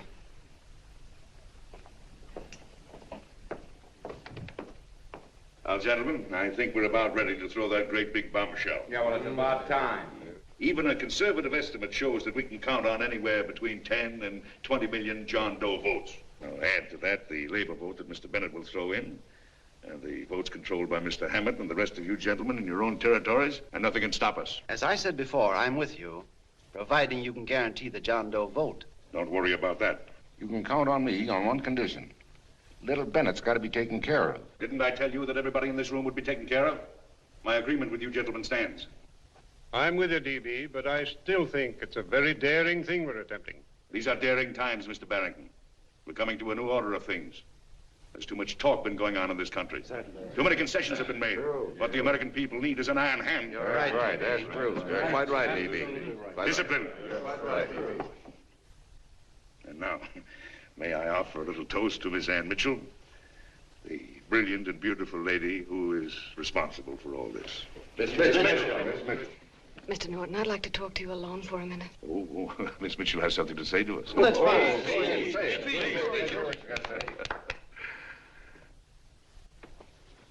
Hello.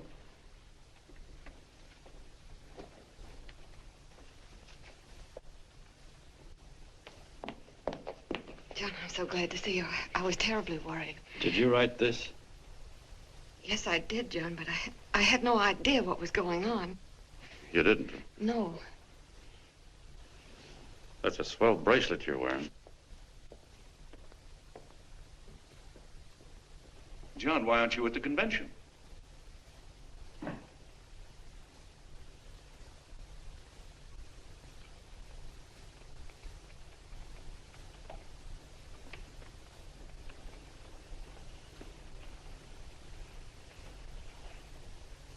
Is there anything wrong?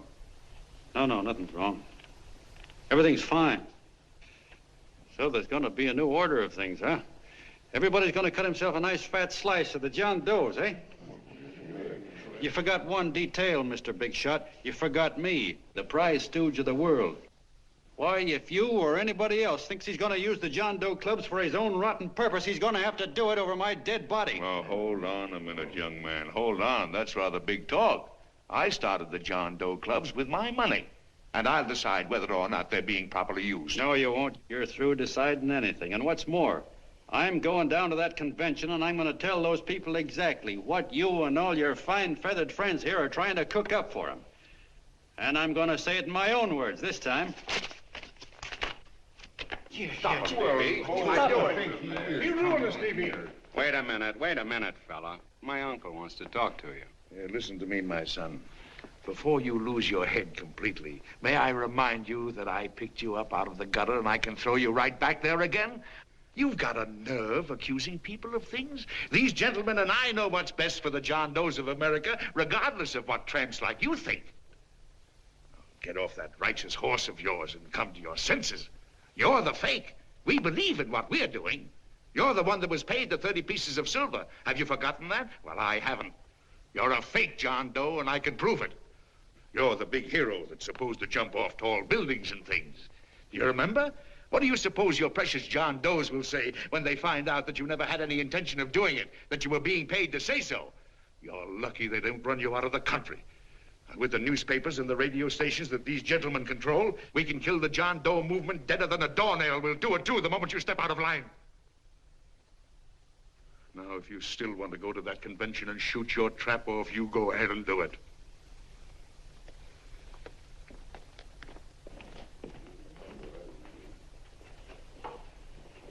You mean to tell me you'd try to kill the John Doe movement if you can't use it to get what you want? You bet your bottom dollar we would.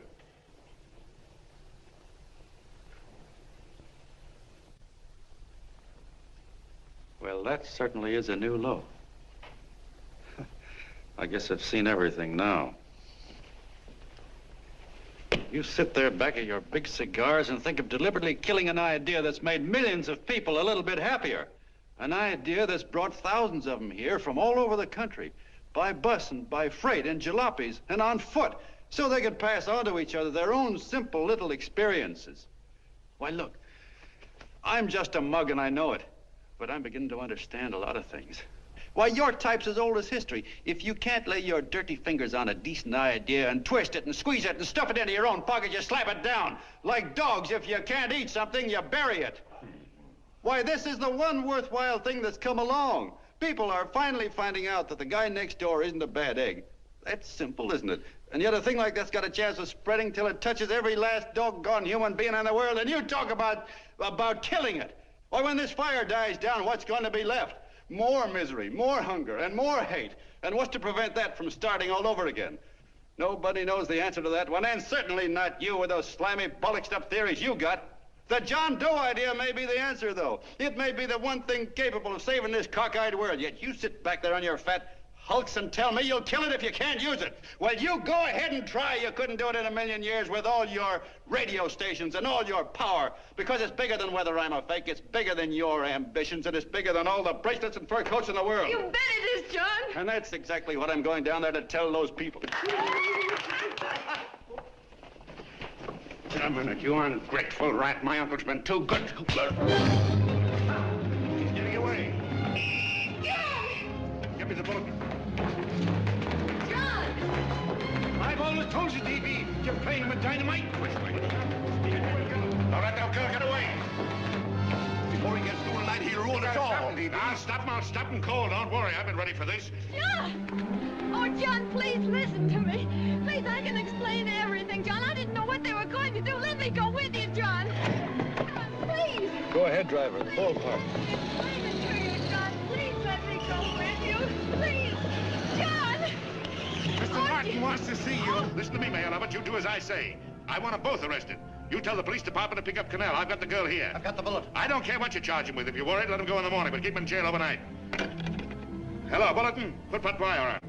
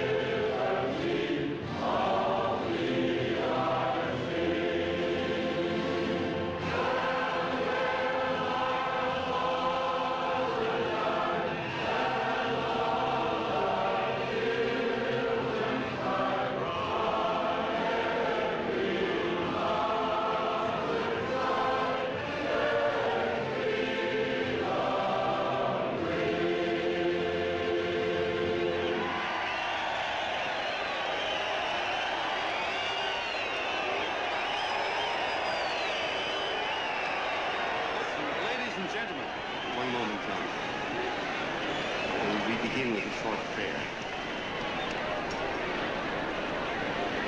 Quiet, please. Ladies and gentlemen, let us have a moment of silent prayer for the John Does all over the world, many of whom are homeless and hungry. Rise, please. Everybody rise.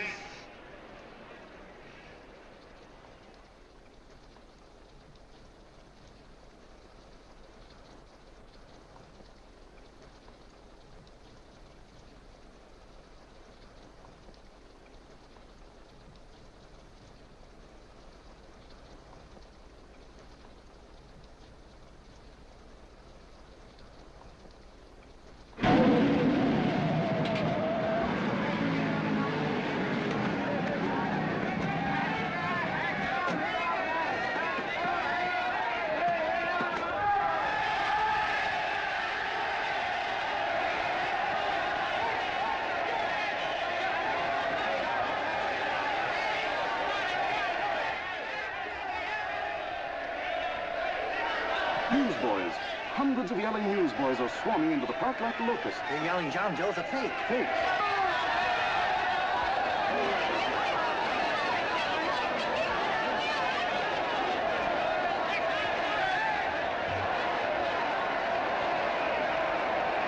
Federal investigation urged by Chamber of Commerce. How could he be a fake? It must be some kind of a gag. A what? A gag. A gag.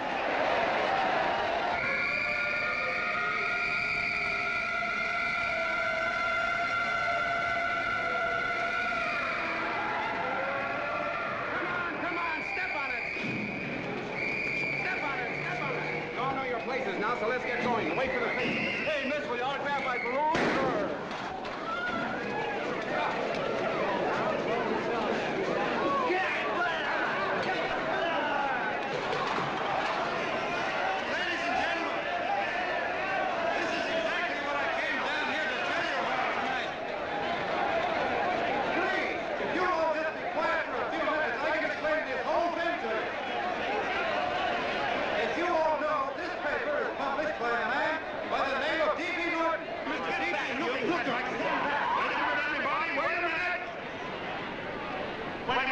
Gentlemen, my name is D.B. Norton. You all know me. I accuse this man of being a faker. We've been taken for a lot of suckers, and I'm the biggest of the lot. I spent a fortune backing this man in what I believe to be a sincere and worthy cause, just as you all did. And now I find out it's nothing but a cheap racket cooked up by him and two of my employees for the sole purpose of collecting dues from John Does all over the country. That's a lie. It's not a lie. Nickels and dimes to stuff into their own pockets. You can read all about it in the newspapers there. That's a lie. Listen, Let John, go don't of me. believe what... This man had no intention of jumping off the top of a building. He was paid to say so. Do you deny that? That's got nothing to do with it. Were you paid for it or weren't you? Yes, I was paid, but there And happened... what about the suicide note? You didn't write that either. What difference Did you write it or didn't you? No, I didn't write it. Now, you bet your life you didn't. You look in your papers, ladies and gentlemen, and you'll find Miss Nixon's signed confession that she was the one who wrote it. Listen, folks, it's a fact that I didn't write the letter. There, you see, he admits it. You're a fake, John Doe. Now, for what you have done to all these good people, they ought to run you out of the country. And I hope they do it.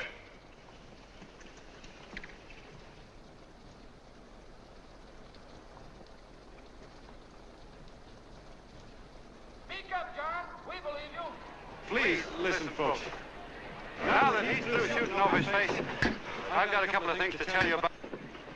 Come on, the rest of you get in here and riot. Break this crowd up. Come on. I'm sorry, folks, but we can't hear him anymore. Something's gone wrong with the loudspeakers.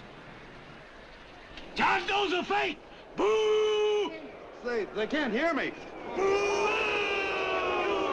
thing's not working. Ladies and gentlemen.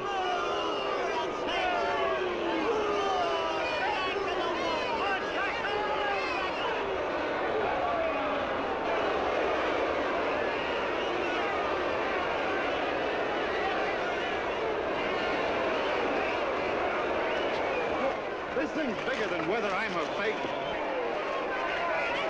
Look, Crick, You believe me, don't you? Sure, I believe you. Walking my legs off, digging up 5,000 signatures for a phony. Well, there you are, Mr. Doe. 5,000 names asking you not to jump off any roof. It makes no difference, Bert. The idea's still good. We don't have to give up our club. Yeah, well, you can have it. They're starting to throw things. Somebody's going to get hurt. I'm afraid it'll be John Doe. Listen to that mob. I've got to go to him. All right, lady. Can't let you out. Let me go. I want to go to him. Oh, please. Please let me go. They're crucifying him. I can help him. Sorry, sister, we got orders to hold. Orders from who? Can't you see it's a framer? And oh, mother, they won't let me go. They won't let me go. Listen, folks. You gotta listen to me, everybody. Back to the jungle, you hobo. Just another racket. Stick to your clubs. We've been fed baloney so long, we're getting used to it.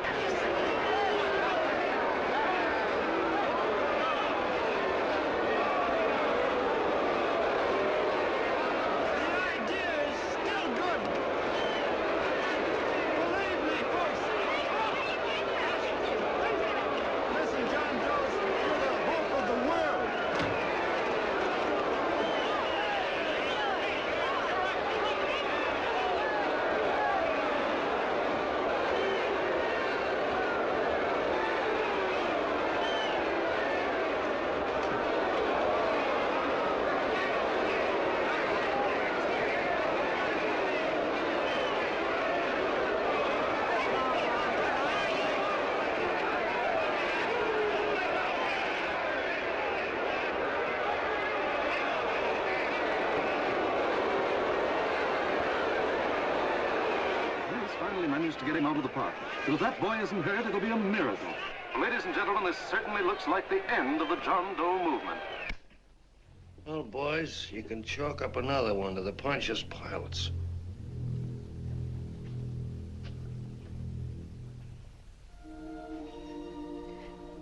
I should have been there.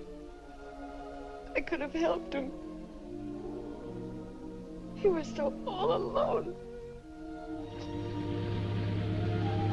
A lot of us are going to be mighty ashamed of ourselves after tonight. We certainly didn't give that man much of a chance.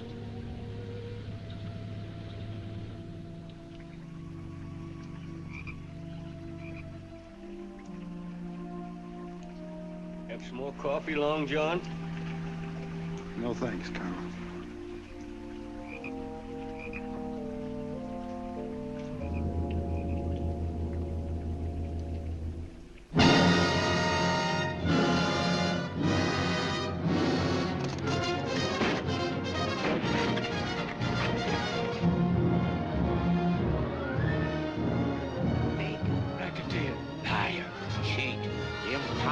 Why don't you jump? Christmas Eve at midnight. Bye, Mr. Doe. You're a wonderful man. And God bless you, my boy. Now get in there and pitch. You're a fake John Doe, and I can prove it. You're the big hero who's supposed to jump off tall buildings and things. Do you remember? What do you suppose your precious John Does will say when they find out that you never had any intention of doing it, that you were being paid to say so? Christmas Eve at midnight.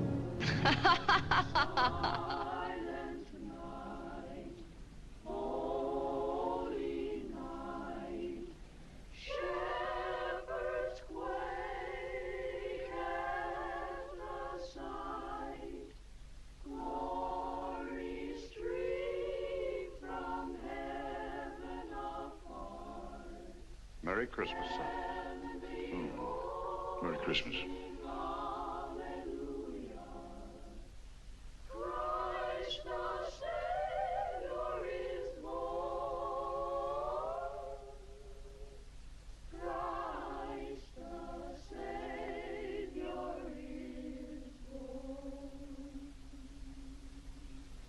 Thank you, sir.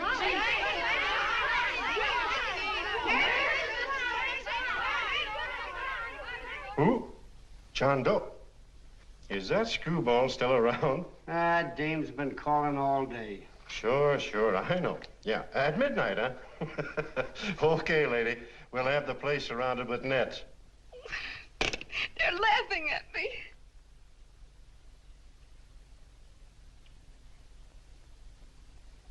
You're a sick girl, Anne. You better take it easy. Whom are you calling now?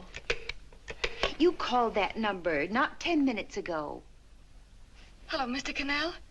Have you seen him yet? Have you... Now listen, Ann, he can't possibly get in without our seeing him. I'm watching the side door and the colonel's out front, so stop worrying. Oh. Thank you.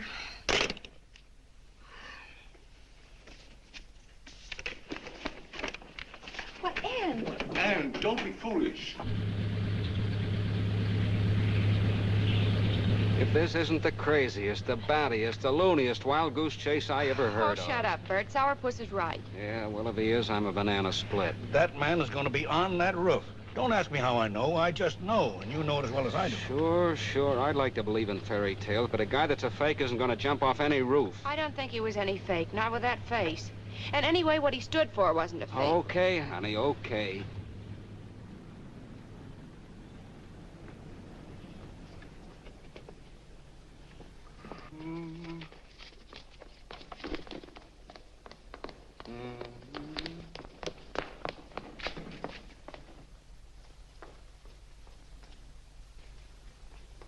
Elevators ain't running.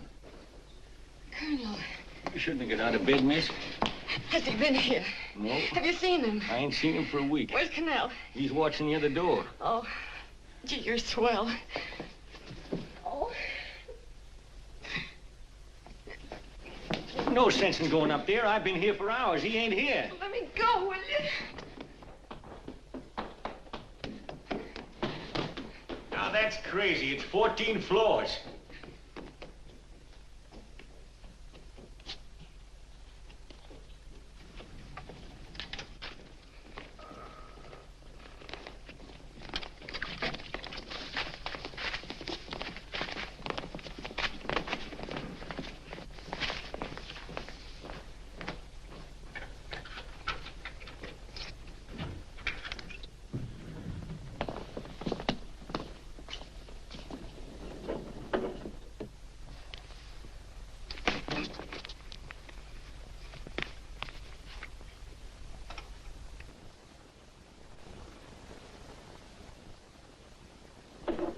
As far as the elevator goes, we gotta walk up to the tower.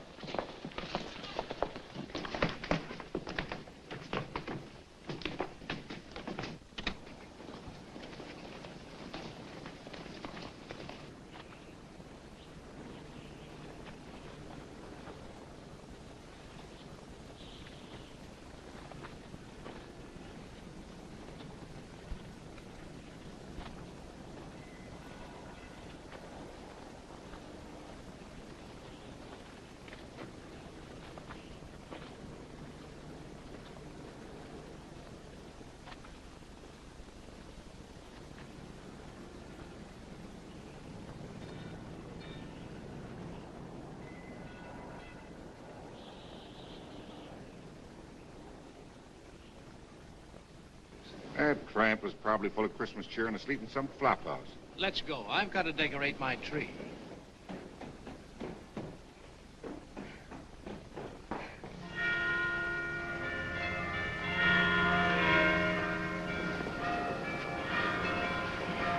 Well, I give up. I don't know what gave us the idea that we'd attempt anything like this. I guess you're right. I'm afraid the joke's on us. Let's go. I hope nobody finds out we've been here.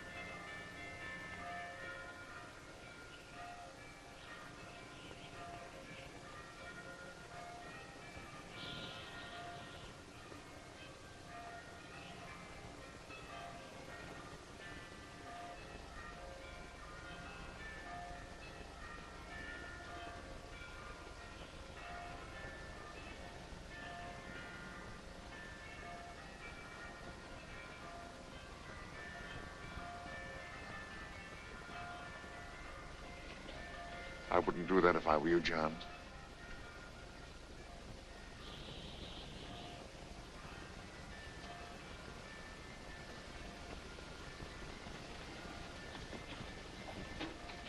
It'll do you no good. The mayor has policemen downstairs with instructions to remove all marks of identification you may have on your person. You will be buried in Potter's Field, and you will have accomplished nothing.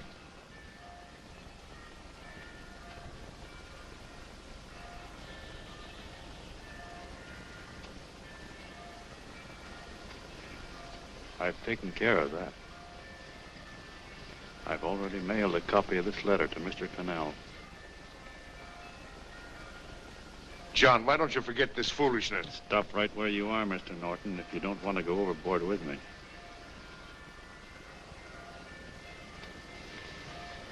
I'm glad you gentlemen are here. You killed the John Doe movement, all right. But you're going to see it born all over again.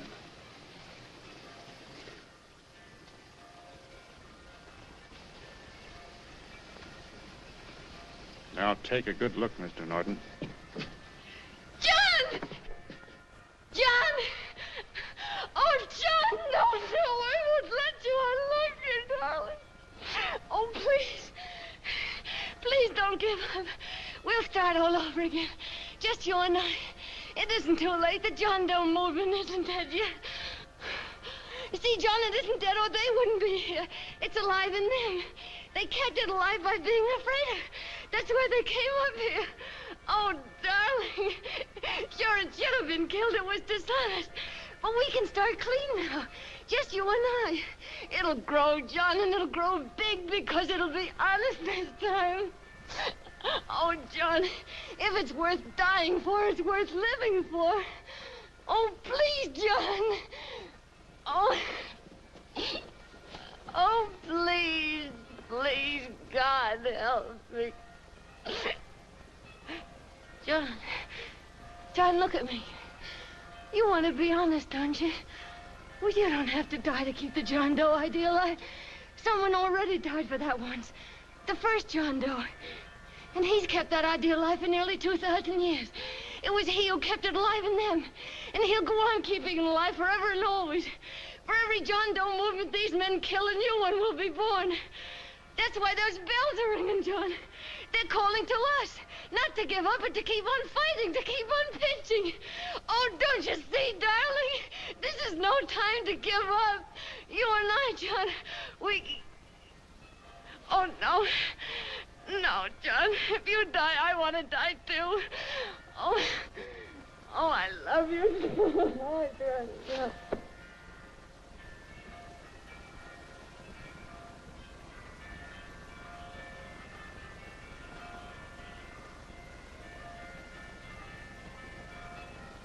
Mr. Doe, you don't have to...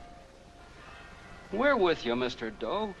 We just lost our heads and acted like a mob. What Bert's trying to say is that we need you, Mr. Doe. There were a lot of us that didn't believe what that man said. We were going to start up our John Doe Club again, whether we saw you or not, weren't we, Bert? And there were a lot of others that were going to do the same thing. Well, Mr. Sourpuss even got a letter from his cousin in Toledo. I got it right here, Mr. Doe. Only it'd be a lot easier with you. Please. Please come with us, Mr. Doe.